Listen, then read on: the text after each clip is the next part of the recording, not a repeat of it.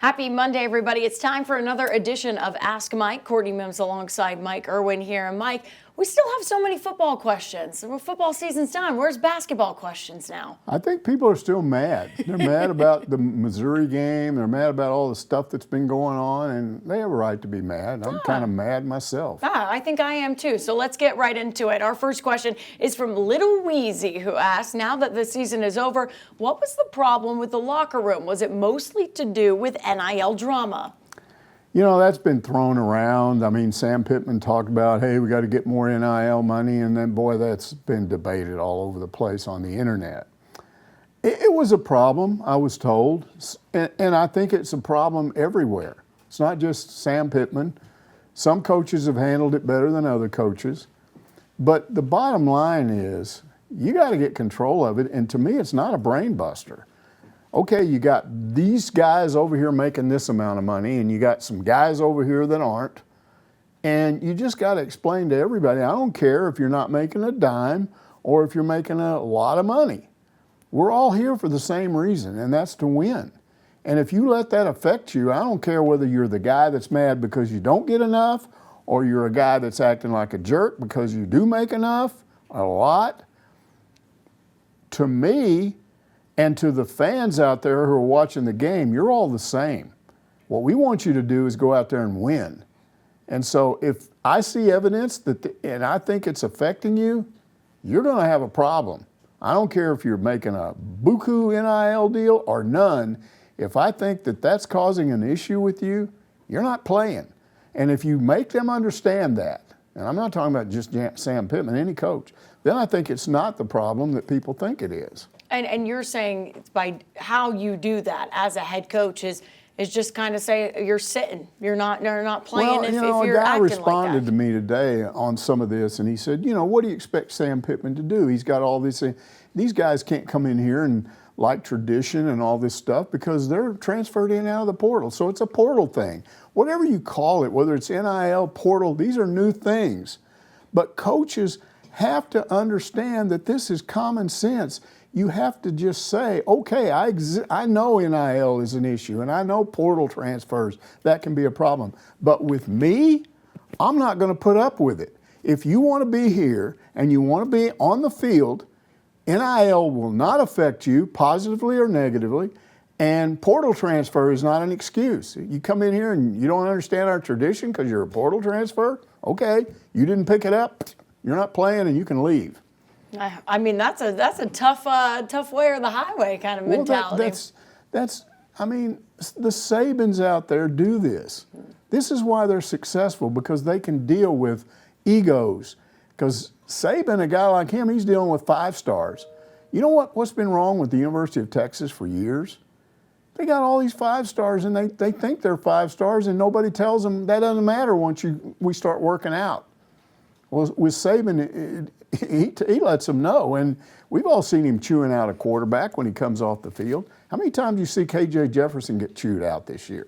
Now, I'm not saying he just went around making mistakes, but he did make mistakes. We all saw it. And I'm not singling him out, other people too.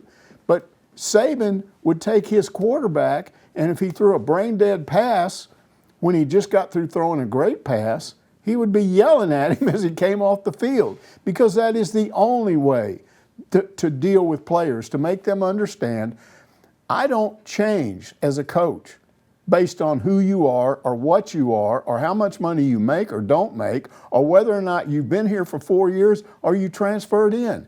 Everybody is the same to me. You have to be the best that you can be. And if I don't think you are, and I think it's because of NIL or transfer portals, that's not an excuse with me. Yeah, and it's almost the mentality of it with Nick Saban and some of these other coaches that have that mentality too. You come in and you're not going to be treated as a superstar. You've got to earn that respect from me, right? Yes. Yeah, exactly. All right, moving on to the next question. Sherlock Hogg says, I understand that Sam will be retained, but I hope there is a legit plan behind it. I hope this isn't some crazy experiment to avoid a buyout. I don't know if better NIL is going to do it. Okay, this comes from what we were told about when they had to make the decision what to do about the buyout and all that. And it's kind of an involved process, but this is what I was told. That In order to buy him out, there were a few boosters that were willing to do that, and I think we talked about this before, maybe last week. We did. But they wanted a specific person, a specific coach. And Hunter Yurachek is like, hey, if you want to help us financially, that's fine, but we can't allow strings to be attached. And so, okay, there's that. Then what I was told was that they had a board meeting, a board of trustees meeting, and the chancellor of the school got up and talked to the board members about money that was available within the athletic department. If you can afford to spend the money we have without boosters, and could you do it then? And the general consensus was no, the money is not there without causing serious problems. And then what ended up swaying this thing was that some of these boosters basically said, hey, we're a lot more agreeable to giving you some extra money if it goes toward NIL for a better NIL situation to bring in better players, because they recognize that's what's going on these days. I don't like it. A lot of people don't like it, but you have to deal with it. And so if you get told, yeah, well, I'll give you some extra money to bring players, I don't want to buy this coach out because you shouldn't have given him this big buyout in the first place. But I will give you money to bring maybe a player in here that you couldn't have gotten, okay? So that's what we're dealing with here. But still, we get back into what I just said. It's nice if they're going to be, and they've already got the #1 offensive lineman out of the portal. He's rated #1 of guys in the portal. Well, I don't know if NIL money had anything to do with that or not. He seems to have said, from what I read, he said, I like Coach Pitman. I'm coming here for him. And that's great. That's why you want somebody to come in. But if you get this extra money, and it makes the difference between you getting somebody and somebody, because you now can afford more and other schools are bidding more. If you do that, that's fine. But again, when they get here, they have to, because you got a double whammy, money person, portal person. They have to understand, great, I'm glad you're here. Now guess what? You're just like everybody else. You got to bust your butt, and you have to love that hog logo on the helmet, and you have to understand those people up there and how they feel about you. You got to understand that. If you don't, you won't play. Yeah, I think that's a good mentality. It's a lot of, I feel like, Mike, and you maybe have a different opinion on this, some coaches are scared to do that, because then are you sitting guys, or will those guys get up and say, I'm going somewhere else where they will play me and I'll get $3 million? This has to be universal. All of the coaches are in this situation. I can't believe they're stupid. If they don't deal with it, they are stupid. You're going to have to deal with the fact that you now have people that you brought in for money, and they're portal people. They weren't a part of your program before. They didn't come here originally because they wanted to be Razorbacks. But once they get here, and it would be the same if you're talking about for Alabama, Ole Miss, LSU, you got to make them understand you're here now because you're a Gator, or you're in the swamp, or you're at Death Valley at LSU. You have to be that now. And they have to make them understand that you cannot let them run the team. Well, that's something to be said of maybe getting in-state guys, recruiting the guys in Arkansas too, right? Well, or maybe even in Texas. I feel like there's somewhat of a pride playing for somewhere close to home. You got to have a certain number of those guys, but that's not the only answer. No. You're going to bring people in. You got to bring in people from out of state that just buy in. And I see it happen over and over again. It does not have to be a problem. It's a problem if you allow it to become a problem.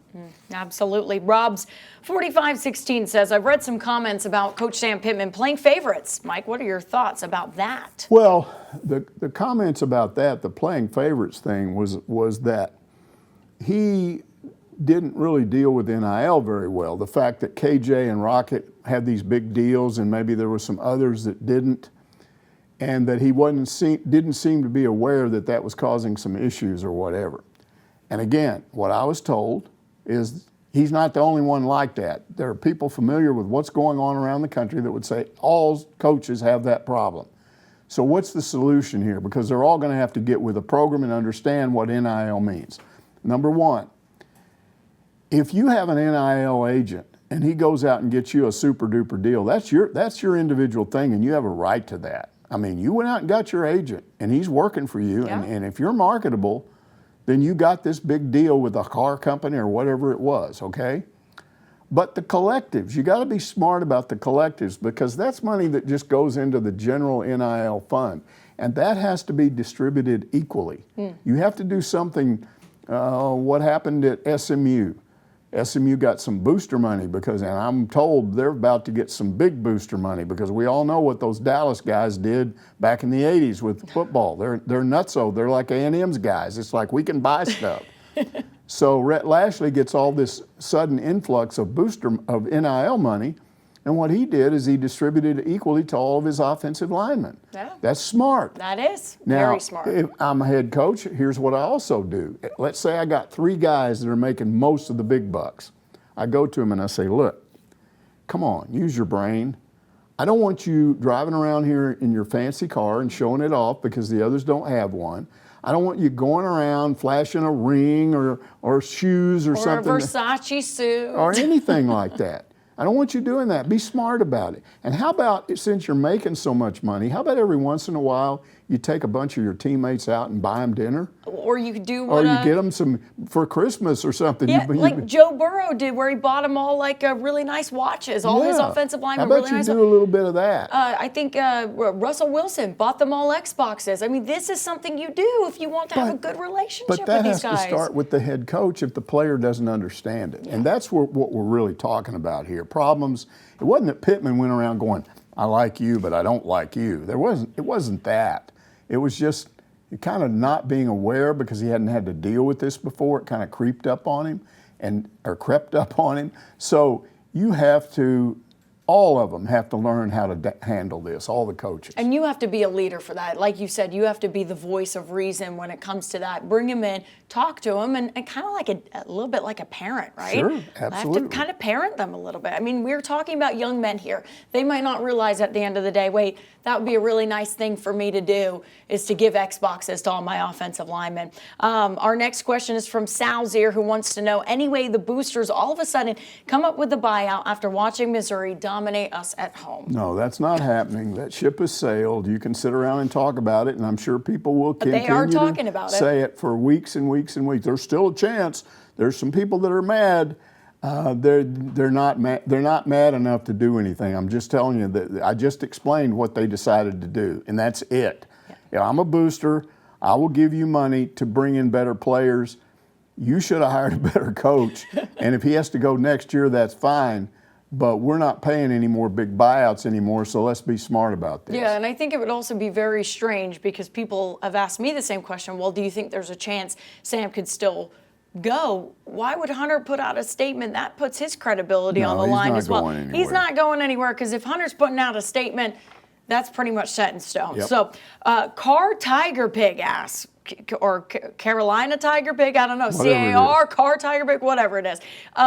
With Sam scoffing at the question about momentum in the after-game presser, what do you think about attendance next year? There's no way I'm going to miss watching this train wreck until it falls completely off the tracks. And to just clarify this question here, Sam did end up answering that question from Trey Biddy. So if you go back and Trey watch, himself ended up saying he thought Sam may have misunderstood yes, how he was asking it. Yes. However, this whole thing about watching the train wreck, I don't know what he means there. Is he talking about, I'm going to go to games because I want to see it be at the train wreck? Yeah, that's what. Yeah, or is he going to talk about watching it on TV? I don't know. If he's talking about, I'm going to still go to games because I want to see it fall apart, guess what? Hunter Yurachek loves you, because he wants you to come back next year. And if that's what motivates you, that you want to watch things blow up, good, because you're there and you paid to get there.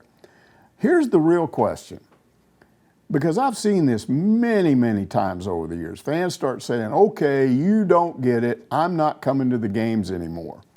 And believe me, I've dealt with a lot of seasons like this way too often when everybody's mad. Dude's mad. They're all mad. Dude's mad, Mike. They're Dude's all mad. And they're not coming back, and you're going to have 22,000 at the game next year. But what really happens?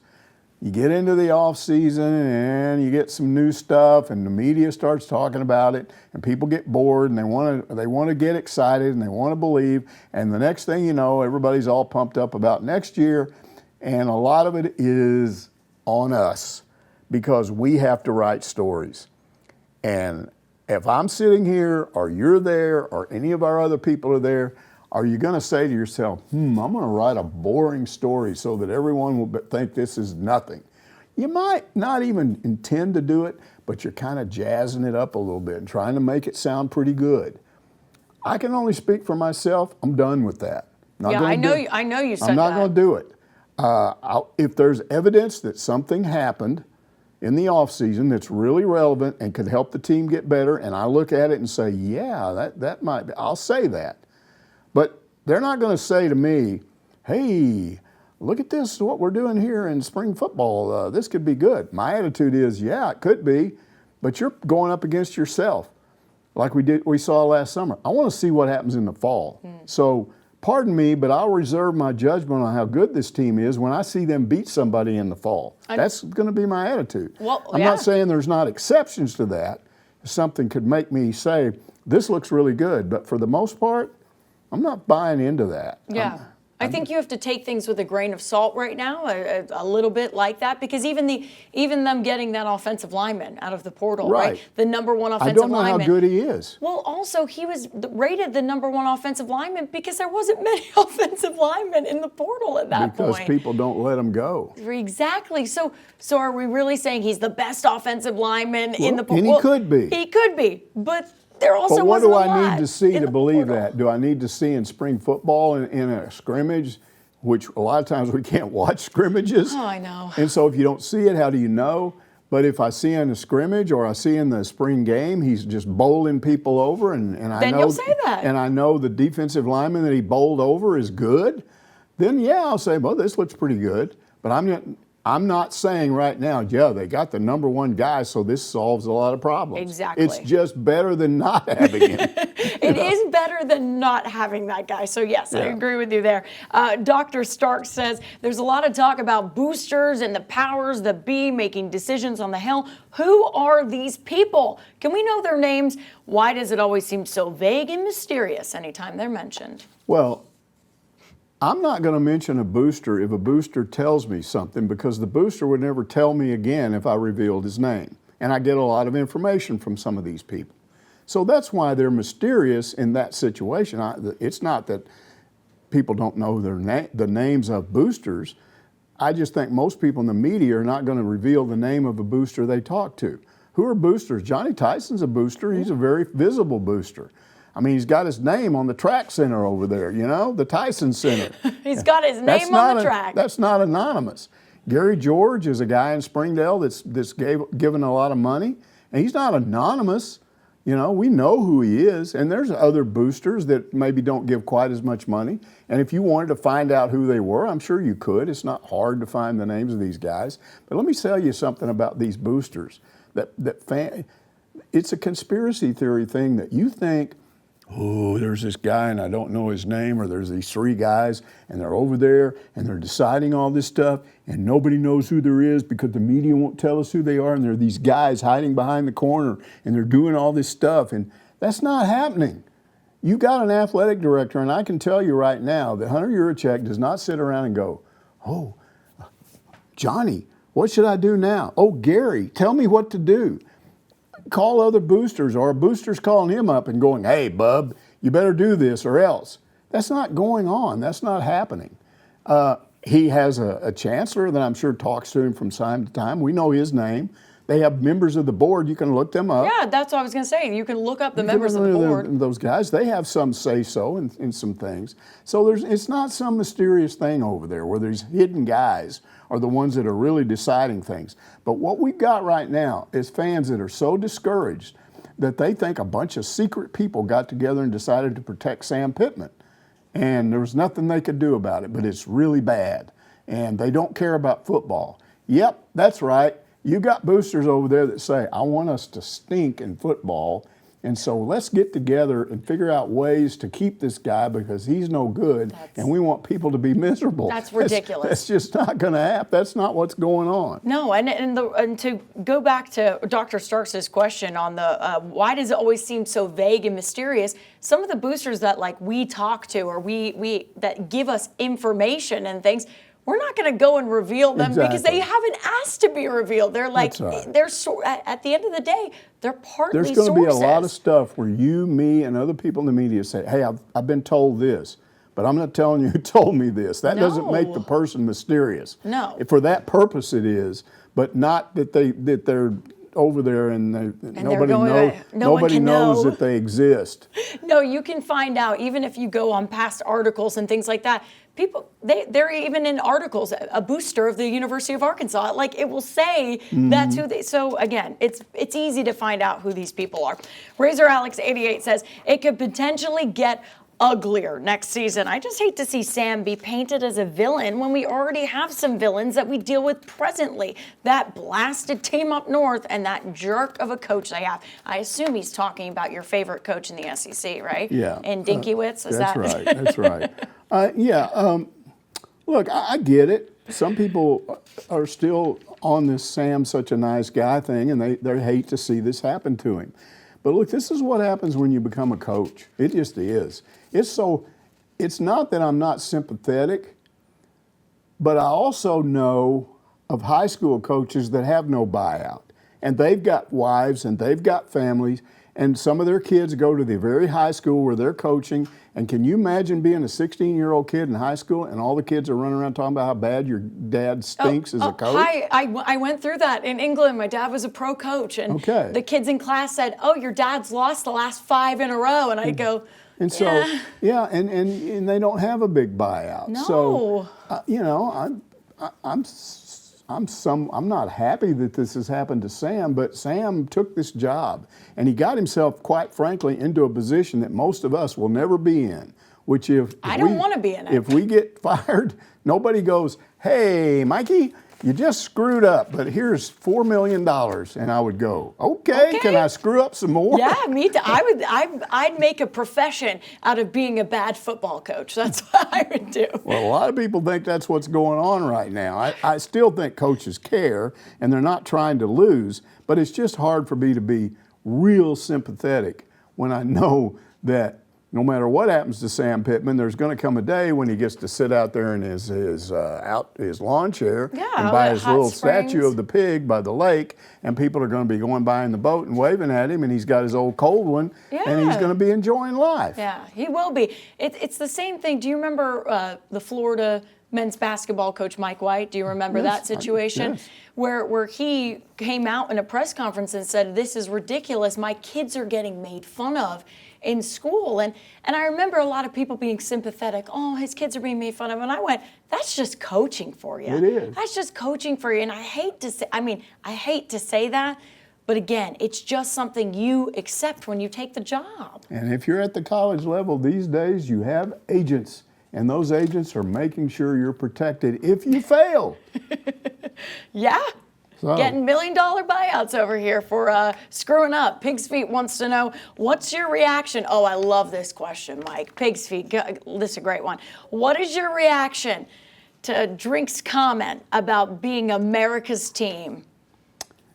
first of all, Lay into it, I'm Mike. offended by the term America's team. I don't care if you're talking about the Dallas Cowboys. Anybody that claims they're America's team is a moron. There is no America's team. Everybody likes their own team.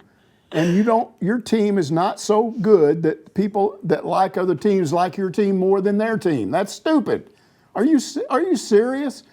Do you think that Washington Commanders are not very good right now? I hate saying that, Commanders. But do you think their fans are going, "Yep, we like Dallas. They're America's team"? They don't say that. No. So it's ignorant to say you're America's team. Missouri's had a good year. Their fans are happy. Good for them. They are not America's team. Alabama's not America's team. Yeah. And they've been winning for a long time. Come on. It's dopey. I love it. And so, I mean, it's just something he would say. This is what the problem I have with this guy. People think I have some unreasonable dislike of him. I don't like coaches that when they win, it becomes about them. And when I've watched him over the years in big games, it somehow when in the press conference, it seems to be more about him. If you come in there with a cigar, Yeah, what's it just that all wasn't about? a good look. I just look at Nick Saban, and somebody said Saban had done that. I don't know. I don't watch Nick Saban after every press conference, but I don't remember him with a cigar. But what I do remember is his comment about rat poison. And to me, if you're a coach and you beat another team and you come in there and start acting like, ooh, look what we did, and casting dispersions on the other team, rat poison, because your players listen to that and start thinking, hey, we're so good, we could probably beat anybody. You don't want that. Here's what you want. When you win, who's the next team? Yeah. Let's be already thinking about that team. We're glad we won. When the season's over, we can enjoy this more. But now let's go back to work. That's what I've noticed from Saban's press conferences. I haven't seen him. I mean, possibly he has had a cigar in a press conference at one point, but he always talks about the next game, the next game. He doesn't really dwell on the win that much. I mean, really, yeah, exactly. It's just like he's always thinking about the next thing. So I think you're right on that. Swine American asks, why can't the powers that be on the Hill get it through their thick skulls, the incredible pain the rank and file fan base feel when we watch one of our native sons bring a superior coach team to Reynolds Razorback Stadium and kick our backsides all over the field? Man, this is a passionate question. P.S. Sam Pitman is not a native son. Remember Houston Nutt and Ken Hatfield. Okay, let's talk about that, because I don't agree with that at all. Drinkwitz didn't want the job. It's not that we said, hey, we don't want you, and then he is mad at us because we didn't want an Arkansas guy. Okay, and I'm not sure he was born in Arkansas. I know he was. I think he's from Alma and coached at Springdale and all that. But this is not why he's not at Arkansas. He is not at Arkansas by choice. Here's what I would say about we got these guys. You named off Houston Nutt and Ken Hatfield. Great. Yeah. Let me tell you something. This school has 4 national championship coaches. I can name them: Frank Broyles, Nolan Richardson, John McDonald, and Lance Harder. None of them are from Arkansas. And you could throw in Eddie Sutton and Dave Van Horn, and they haven't won national championships, but they've come close. Is Chris Bucknam Chris Bucknam has won a national, so there's 5 of them. So there's 5, yeah. Yeah, you're right. So there's 5 of them now, and he's not from here. He's not from here either, So none of your national championship coaches and 2 other coaches that came close to winning it are from here. And if you look at other coaches that are over there, Courtney Deifel, your volleyball coach, your soccer coach, where are these people from Arkansas? If you can get one and he's a really good coach, terrific. But to say we've got to have more of these guys from Arkansas and that's what's wrong right now, that's not what's wrong. No, that's absolutely not. And you just named, I mean, that's a great example. What has to happen is when a coach comes in here from the outside and they become good, you know what, and I've seen this happen. They get here, and the reason I know this is it happened to me. I'm not a coach, but it happened to me. You get here, you know nothing hardly about this place, and you go, wow, this place is really good. This is a whole state that supports a team. I like that. These people up here are different. They're great fans. They give great support. I like living here. It's a wonderful place to live. Kind of like you came in. And that's what I'm saying. Yeah. So when you talk about these coaches that are successful that are not from Arkansas, they did have to come in here and really embrace the place. If they didn't last long. That's true. I think you have to be in the mindset of wanting to come here and being a Razorback, a hog, you know? I think there is something to be said about that. Navy John says, and I found this question on the YouTube last week, and I liked it, and a lot of people liked it, so we threw it in the show.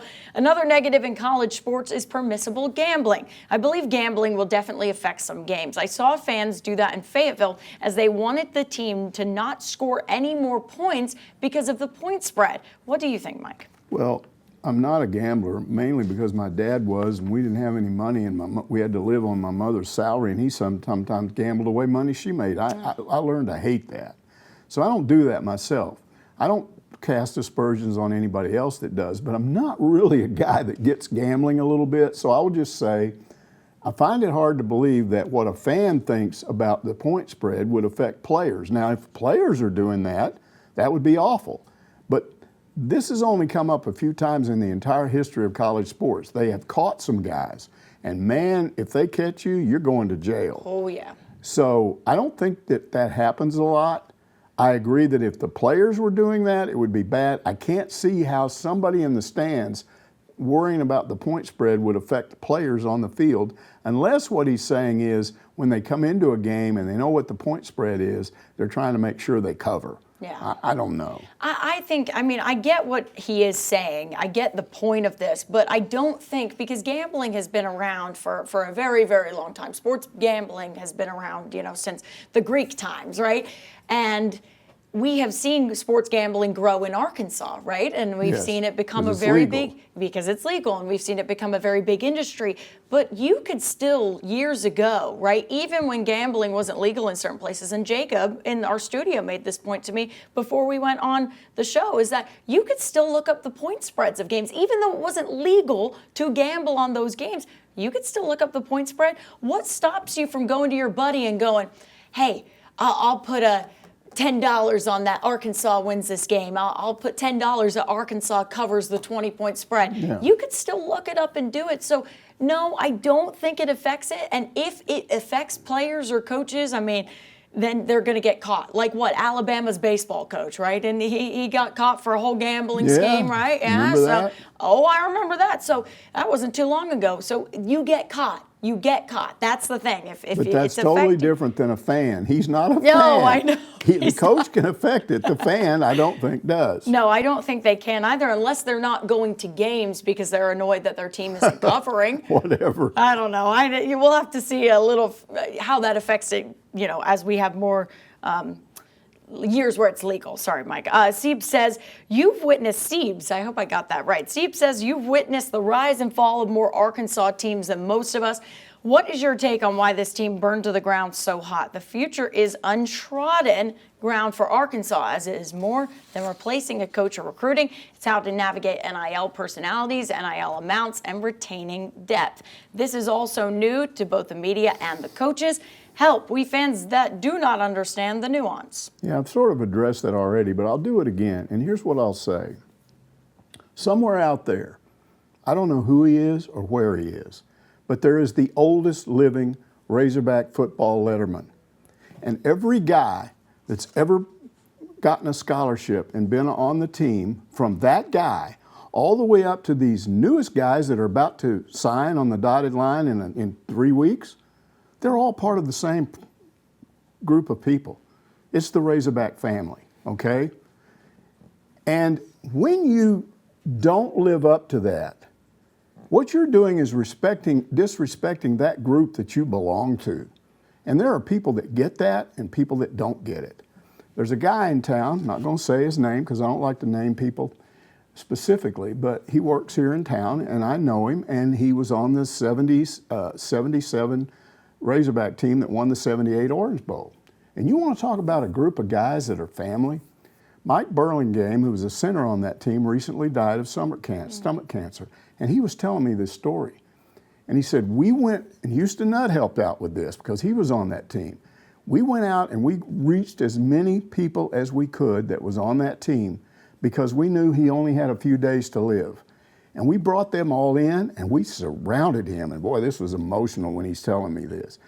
He said, we surrounded him and we made sure he knew when he passed, he was loved.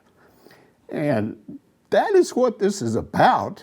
And if you don't get that, you can't be a part of that because you're embarrassing all the others that do understand that. I want to tell you another story because it's personal. A guy named Kenny Palmer grew up in the alley behind me. We were friends from the time we were 5 or 6 years old. We're seniors, and we're both captains on our football team, and we are right before halftime of a big game. We've got enough time for one more play, and we're down a touchdown, and we need a touchdown. And the coaches called timeout, and they sent in a play for our sophomore fullback. He was a sophomore. He was about 6'2", weighed about 215, and the coaches felt like he was big enough with the guys on that side of the line he could push across. This sophomore says, no, Kenny, don't give me the ball. Give it to somebody else. And Kenny said, what's wrong with you? And he said, those guys over there, that's the best defense in the district. I can't score on them, and you guys will not like me next week. And Kenny said this, and I was standing right next to him when he said it. He said, those guys? He said, those guys are not your problem, because in about 90 minutes, they're going to climb on a bus and go back where they came from. I'm your problem. Because next week, if you don't score every day when you come out of that field house, I'm going to take you around behind the field house. And Kenny's not nearly as big as this guy. And he said, I'm going to take you around behind that field house and I'm going to whip your butt every single day. That kid never said another word. He put his helmet on, we called the play, and he scored. Now, I talked to him maybe 7, 8 years ago at a reunion. And here's what he said to me. He said, Kenny grew me up that day. He made me a man that day. Our coaches never understood that happened. They didn't know. They weren't out on the field to make that happen. A guy on the team made it happen. Now, Kenny died in 2005, but I told Jimmy Waters, who we were talking about, I told him the story of the last time I saw Kenny. He died of cancer in 2005. I took some time off from work, and I went to his house in Plainview, Texas, and his wife was so great. She made us food that day and brought it, but she left us alone, and we were just in a room together talking. And we went all the way back to when we were kids, and we got to talking about things that we wanted to do, but we didn't do. Man, we should have beat these guys. How did we let them beat us? We just made this mistake. I did this wrong. You did that wrong. Man, if we could go back and just play that game again, we would win it. And I started thinking, man, I don't want to go down this road. I'm getting ready to leave, and I don't want this conversation to end this way. And he finally looked at me and he smiled. He weighed 85 pounds. He couldn't get up out of his chair. He didn't look like the guy I'd known my life, most of my life.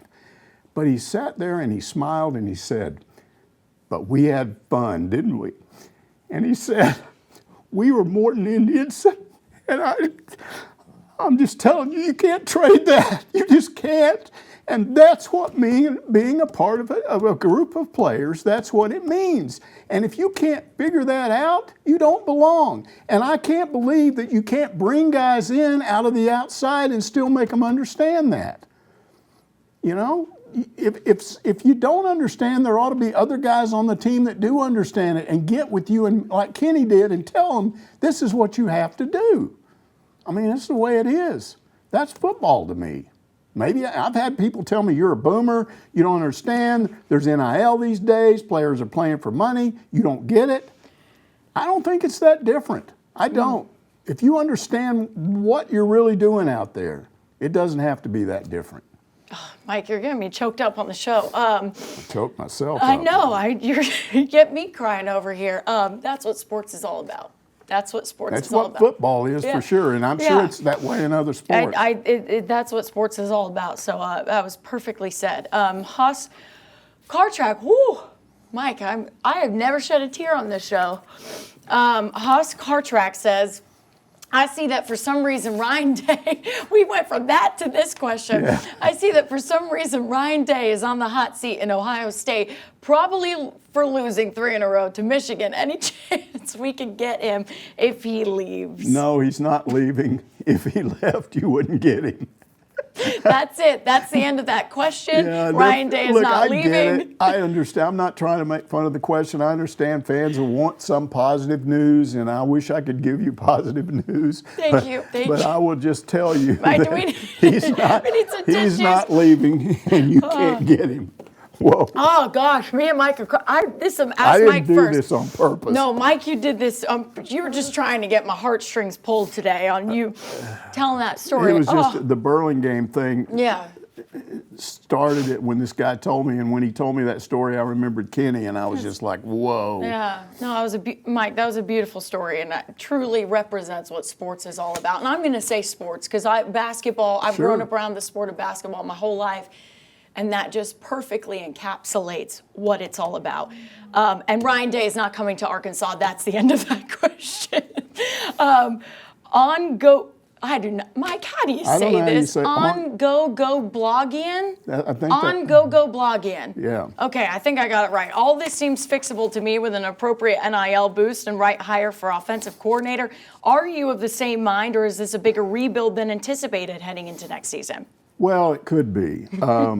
I think there's a couple of guys out there maybe that you could get as an offensive coordinator that would kind of charge the fan base back up and maybe could help you turn things around real quickly. Now, the guy that I've had my eye on ever since we started talking about it yesterday, and you were hearing it, I was hearing it, and this is Brendan Marion, who's Barry Odom's offensive coordinator at UNLV.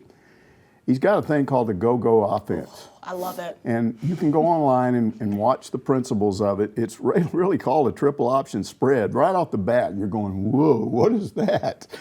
And basically, he's got a quarterback that's operating out of the shotgun, but he's got two running backs beside him, and all kinds of things can happen as a result of that. And it's a read-type offense. You're reading certain players on the defense and then making decisions, and read-type options are the best thing. And I can tell you, this isn't new. When I was in high school, we played a town called Denver City, and they ran what was called a dead T offense. You've got a quarterback and a running back and a running back here and a fullback behind him. It's a dead T. It's a total full house backfield. And everything they did was based on him reading what happens. And the reason that I remember that is because they changed our defense that week. We normally had a standard 5-4 with two linebackers. They ended up going with a wide tackle 6, and they stuck me down in what's called a 2 technique right over an offensive guard. And what the coaches told me was, when you fire out and you make contact with that guard, you've got to look into that gap. Because the other thing was, they took really wide splits. There was like this much space between the linemen. And you might think, well, whoa, I mean, you could just run right through that. They were trying to sucker you. Because you looked in there and you saw the quarterback take the snap, and he would stick it in a running back's stomach. And you had to look at that ball, and if you saw it come out of his hands, you got into that gap immediately, and you could stop that guy on the line of scrimmage if you could do that. But you got to see it. If you saw the hand come out and the running back doesn't have it, and you know the quarterback has it, there was a signal, I can't remember what it was, but you yelled something. Because the guys down the line of scrimmage knew they were coming that way, and they needed to be ready. And so it was complicated. I got to tell you, you just sweated the whole time trying to look, and a guy's trying to block you, and you're trying to see what's going on. Those kind of offenses are really, really hard on the defense. So if you could have something like this, I don't think the SEC has seen anything like this. It's hard to prepare for an offense like that in 1 week. But the best thing about it would be, for people like you and me, we'd have something really to talk about. When I talked about earlier, I don't want to snowball anybody. Well, if I'm talking about something that's really interesting, I can get into that and think, well, okay, I want to learn more about this. So I think a hire like that would get people excited. I'm not sure they can get him. Because everybody wants him. We've heard reports that there are people that are looking at him as a head coach, like maybe at Houston. Now, some of these things apparently are a little nutty, like the Notre Dame one. Like Notre Dame's looking at him as offensive coordinator, and they said, no, we haven't contacted anybody. Of course, he could be covering up, too. I don't know. I don't know. I mean, again, whoever his agent is working overtime. If he has an agent. If he has an agent. OU's supposedly looking at him. So the general feeling right now, if you go on the internet and listen to people are like, we can't get this guy. You and I have talked about this. If you study his history, he has a history of going one or 2 years to a place, and he likes to go to places where he rebuilds something. He apparently loves that. I've got a nephew, I've mentioned him before, in New Mexico, who's a high school coach, and he never goes to a successful school. He loves to take jobs where they've never won and win with them. It's an ego thing with him, I guess. I don't know. All right. But maybe that's what this guy is. So if that's true, maybe he would look at this, and Barry Odom might say to him, hey, Arkansas is a great place. You could go there and stay a year and really do some things and really help out. I mean, he's definitely a young guy, and he's an up-and-comer because, I mean, if you look at his resume, I don't think he has another offensive coordinator credit on his resume. I think he's been a coach other places. He was a passing game coordinator at Texas 2 years ago, things like that. So that would be exciting. I'm not going to hype that very much because the way things are going right now, it probably won't happen, and then you'll just go, Oh, man, you missed on that deal. Yeah. There was an earlier report that, forget this guy's name, he's the Georgia Tech's OC, Brett Faulkner? Yeah, yes. He had a connect. He went to Georgia Tech he was some kind of a quality control person at Georgia. Yeah. So the feeling was Sam Pitman would know him. Oh, okay. Maybe there's a connection there. It's sort of being reported on the internet, and you don't know what these sites are because they're not media sites. You're just trying to figure out if this person knows. Well, it's sort of media site, but it's not. It's not 247. It's not Rivals or anything like that.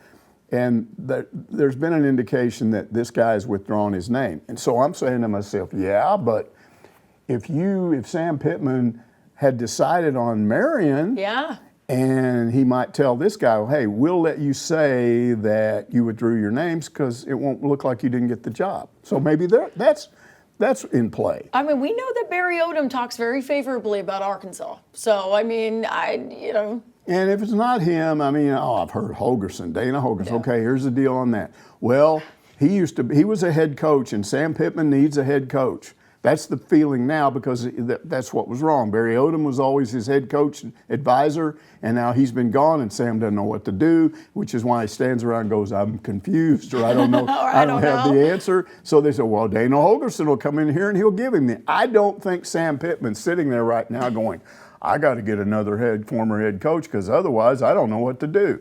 It might help him, but I don't think he's sitting there thinking that. No. So I have no reason to believe. Now, there's all kinds of other names out there.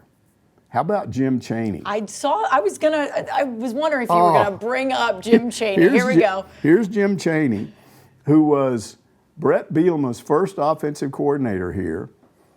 And yeah, Sam Pitman was here, and they were buddies. They used to go barbecue together. That is not going to happen. So they were pals. But let me tell you something. The average Razorback fan does not want Jim Chaney back here. They didn't like him when he was here, and they were glad when he left. So hopefully that's not it. Yeah. Because if Sam Pitman brings him in, then I will say, yeah, that's tone deaf. Well, Alyssa brought it up before the show. I think she was the one who said that Dan Enos didn't work out, and that was a similar situation to a Jim Chaney. So no, it's not going to happen. Can't bring your buddy in here. Yeah, exactly. We got to run through these final two questions, Mike, because we are running out of time. But Chief Max says, how did Pitman and Kennedy fail so badly given Pittman's O-line coaching pedigree? Was this a case of trusting Kennedy 100% on talent evaluation as well as not interfering mid-season when it was apparent the O-line wasn't improving? I don't know. That's always confusing to me how that happened. But if you're Sam Pitman and you're supposedly the best offensive line coach in the country, you're going to tell me you sat there and didn't do anything about this because you just let Kennedy do whatever he wanted? That, to me, I'm not trying to defend Cody Kennedy, but to me, that's on Sam Pitman. I mean, he should have known. And he obviously misevaluated some people. They obviously failed to develop some guys, and that's on him, in my opinion. Yeah, and correct me if I'm wrong, but didn't we see Sam Pitman, after we started seeing issues with the O-line very early on this season, we saw him going over there and talking with those guys and placing an emphasis on seeing them in practice and talking to them. So it's not like he completely said, no, I don't do think whatever. He divorced himself from the situation and just said, whoa, wait, you screwed up. Yeah, no. I agree with you there. Hog T asked, would you say the O-line issues are talent or coaching? Watching the Missouri game, it looked like they were trying to send a message to the coaching staff about Kennedy. I don't know. I never felt that myself, but there is this guy on the internet. And this is not an ordinary guy on the internet. What does he call himself? Hognonymous or something? Yeah, Hoganonymous. He was on 247 before, and now he's got an X account or whatever. And, I'm not goofy, man. When somebody posts stuff consistently, and especially if I read it and I call somebody up, then I know and I say, hey, have you heard this? And then I can make 2 phone calls and they go, yeah, that guy knows what he's talking about. So he's got a reputation of being correct. And he posted something, maybe it was last night or early today. I think it was last night or, yesterday. And he said that their exit interviews start today, and these offensive linemen were going to go in unified and tell Sam Pitman, if you don't make a change here, we're gone. Now, sounds a little iffy.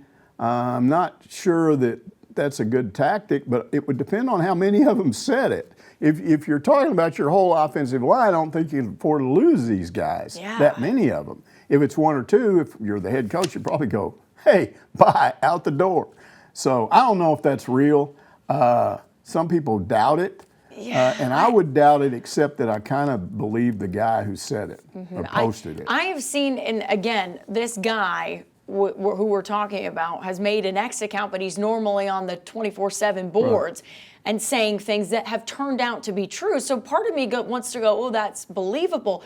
But Mike, the other question is it just a couple of guys? Because like you said, Josh Braun gets up in that Missouri postgame press conference and says, Sam Pitman is the guy. He didn't say that. That's right. Right. No. He got up and said, Sam Pitman is the guy to lead this program. He was the reason I came to the school. And the portal transfer JUCO guy said Pitman was why he was coming here. Exactly. So I don't know what we're dealing with here. That's the bottom line. Yeah, we don't know about that. We're experts, but we're not. We're experts, but we do a show and we're just not. Anyways, that's going to do it for this week's Ask Mike. We'll see you next Monday to answer more of your questions.